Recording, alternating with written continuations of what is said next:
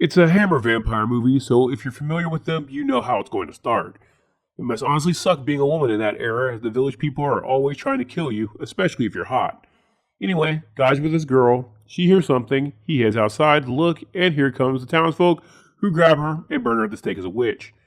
Post credits, we're following a stagecoach. It stops as there is another broken one on the road. Inside are a set of twin girls from Venice who admire the castle on the mountain. They're told it belongs to Count Karnstein. The girls, Marie and Frida, make it to the village where they're met by their Aunt Kathy.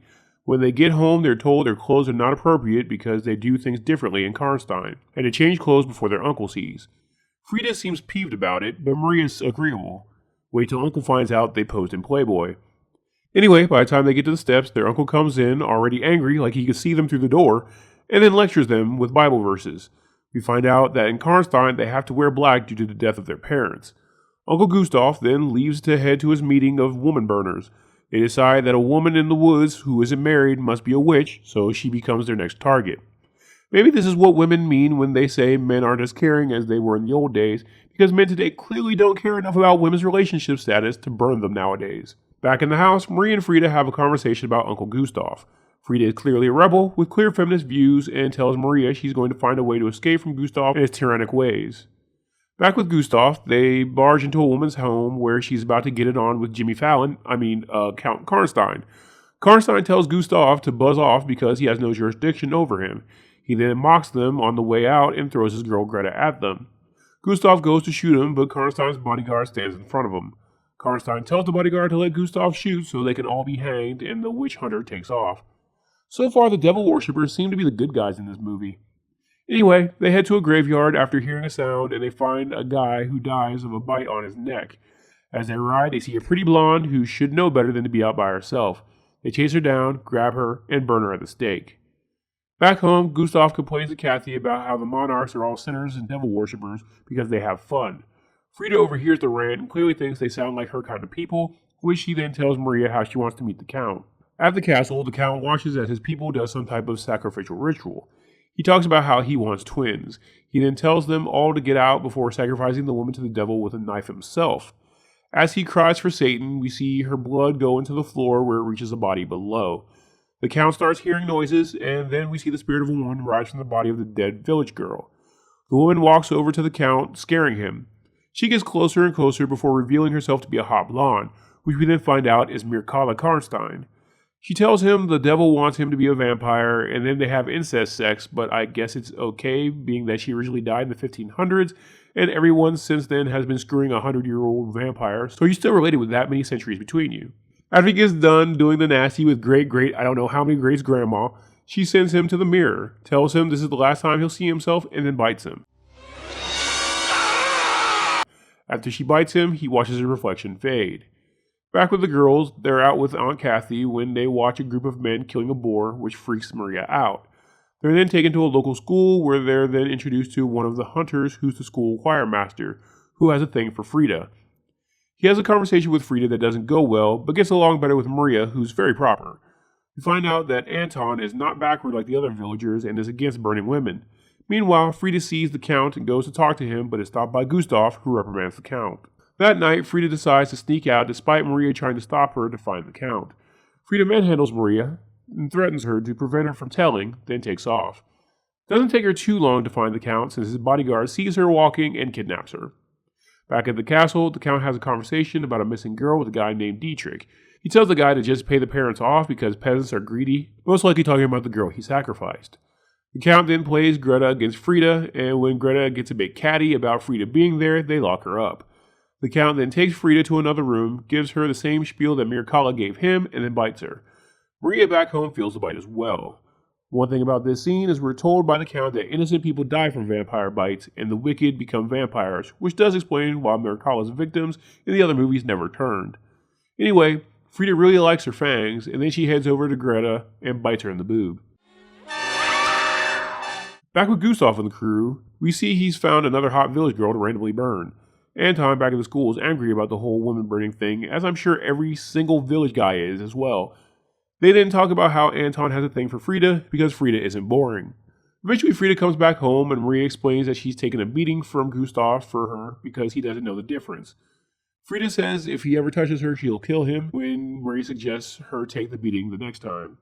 At school, Gustav shows up to meet Anton. Apparently, Anton tries to rat out Gustav to the church, and now the church sent him after Anton. Anton then schools Gustav that burning vampires at the stake does nothing to them, as they can just inhabit another body, so he should stop burning women. Gustav lets Anton walk.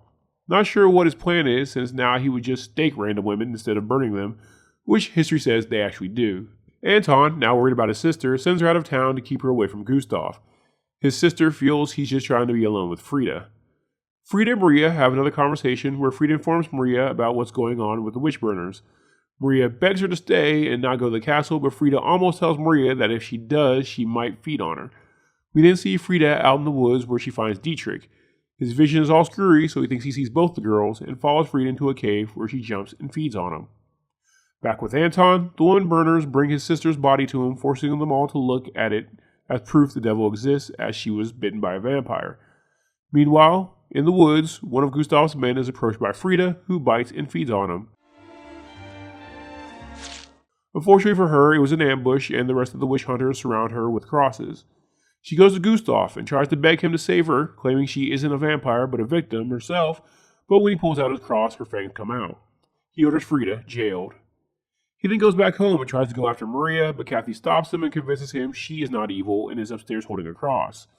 After Gustav leaves, Kathy goes upstairs and hears Maria mumbling in her sleep that Frida has been going to the Count. As Kathy leaves, we see the Count is in the bedroom. He goes to bite Maria, but is repulsed by her cross. Eventually, it falls out of her hand, and the Count takes her. Back with the women hunters, they have a trial where they find Frida guilty and sentence her to being burned at the stake, despite the fact we've learned that does not work on vampires. Meanwhile, the Count shows up at the jail and hypnotizes the jailer while they switch Frida with Maria. At the trial, Anton shows up and tries to keep them from killing Frida, but to no avail since they all witnessed her fangs. They head to the jail to grab Maria, thinking it's Frida, for the execution, while Anton heads to Gustav's house to find Frida, thinking that's Maria. Anton goes to console Frida, leaving him open to be hypnotized and seduced by her. As they're having a makeout session, he sees she doesn't have a reflection in the mirror and she attacks him. He throws a cross at her before she can bite him and leaves to find the hunters to save the real Maria.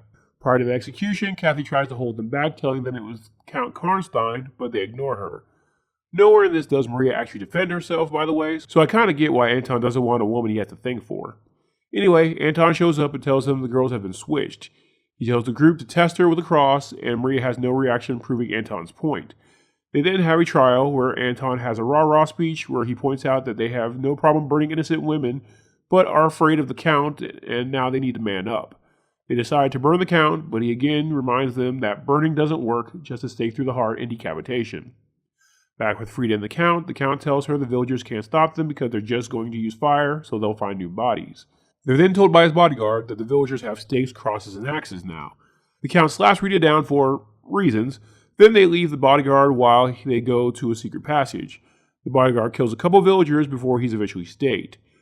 While that's happening, the Count and Frida make it to the back gate. The Count sends Frida out first, who is then decapitated by Gustav.